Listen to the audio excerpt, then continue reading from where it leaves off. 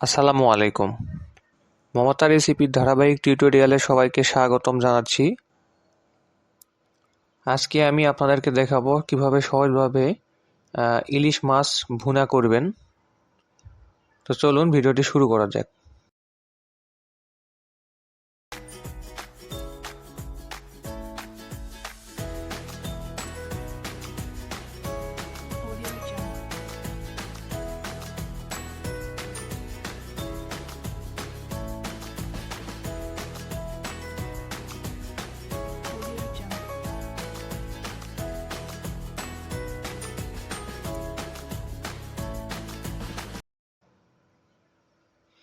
প্রথমে আমরা চুলাতে একটি কড়াই বসিয়েছি, তারপর রান্নার তেল দিয়েছি, তারপর পেঁয়াজ কুচিগুলো ঢেলে দিয়েছি।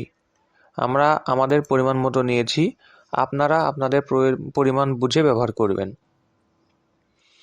তারপর চুলার আঁচ মিডিয়ামে রেখে বারবার নেড়েচেড়ে পেঁয়াজগুলোকে ভেজে নিচ্ছি। আপনারাও এভাবে পেঁয়াজগুলোকে ভেজে নেবেন। যেহেতু আমরা ইলিশ মাছ ভুনা করব, তো ভুনাতে পেঁয়াজটাই হচ্ছে মেন। এটা যেন পুড়ে না যায় বা কড়াইয়ে লেগে না যায়, এজন্য চুলার আঁচ মিডিয়ামে রেখে আস্তে আস্তে এটিকে ভেজে নেবেন। পুড়ে গেলে কিন্তু ভুনা থেকে পোড়া গন্ধ বের হবে, তাই তাড়াহুড়ার প্রয়োজন নেই। তারপর আমরা পরিমাণ বুঝে রসুন ও আদার পেস্ট দিয়ে দিলাম। এটাকে ভালোভাবে নেড়েচেড়ে রসুনের সঙ্গে পেঁয়াজের সঙ্গে মিশিয়ে নিচ্ছি।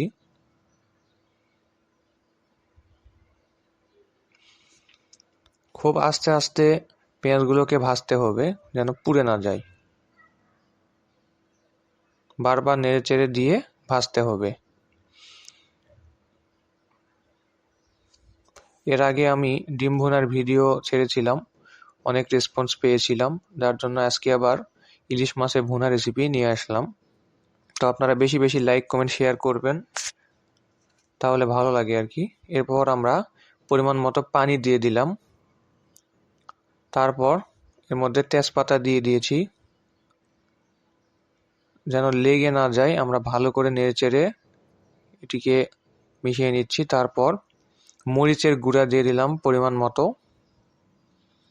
আবারও নেড়েচেড়ে দিচ্ছি, দিয়ে ভালোভাবে মিশিয়ে নিচ্ছি। আপনারা অবশ্যই আপনাদের স্বাদ মতো ব্যবহার করবেন। তারপর হলুদ গুঁড়া দিয়ে দিলাম পরিমাণ মতো, আবারও নেড়েচেড়ে মিশিয়ে নিচ্ছি। তারপর লবণ দিচ্ছি পরিমাণ বুঝে, আমাদের পরিমাণ মতো আমরা দিয়ে নিলাম। আবারও নেড়েচেড়ে মিশিয়ে দিচ্ছি। সবসময় নেড়েচেড়ে রান্না করতে হবে, যেন পেঁয়াজ লেগে না যায় বা পুড়ে না যায়। তারপর আমরা দিয়ে দিলাম জিরার গুঁড়া, জিরা ভেজে গুঁড়া করে রেখেছিলাম, পরিমাণ মতো দিয়ে দিলাম। তারপরে দিলাম পরিমাণ বুঝে পাঁচফোড়ন মশলার গুঁড়া। আপনারা চাইলে পাঁচফোড়ন মশলার গুঁড়া স্কিপও করতে পারেন, এটা দিলে সুন্দর একটি ফ্লেভার পাওয়া যায়, এজন্য ব্যবহার করলাম। তারপর পরিমাণ বুঝে দিলাম কাঁচামরিচ।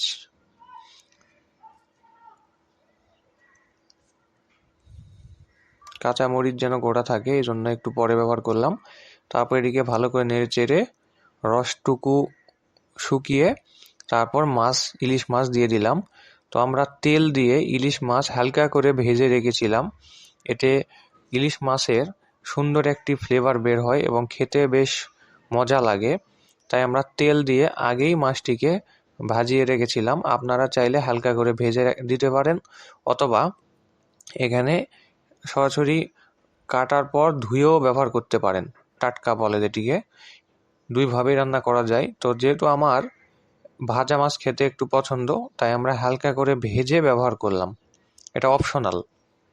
এই জন্য আমি প্রথমে দেখাইনি, কারণ ইলিশ মাছ বা যে কোনো মাছ ভুনা করার সময় সাধারণত টাটকা ফ্রেশ, যেটা কাটার পর ধোয়ার পর যেটা ফ্রেশ, এটাই দিয়ে দেয়। কিন্তু আমার পছন্দ, এজন্য আমি মাছটা আলাদা করে তেল দিয়ে ভেজে নিয়েছিলাম। ভেজে নিয়ে তারপর এখানে দিলাম। যে কারণে প্রথমে দেখাইনি। আপনারা চাইলে আমার মতো করে রান্না করতে পারেন। তো ভালো করে নেড়েচেড়ে পেঁয়াজের সঙ্গে মাছগুলোকে মশলার সঙ্গে মাখিয়ে নেওয়ার পর আমরা পানি দিয়ে দিলাম পরিমাণ মতো। খুব বেশি পানি দেওয়া যাবে না, অল্প পরিমাণে পানি দিলাম। দেওয়ার পরে আবার একটু নেড়েচেড়ে দিয়ে আমরা 5 মিনিট ভালোভাবে কষিয়ে নিলাম।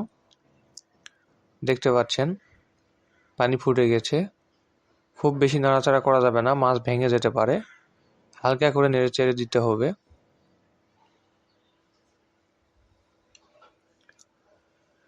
তো আমাদের মাছ ভুনা প্রায় শেষের দিকে।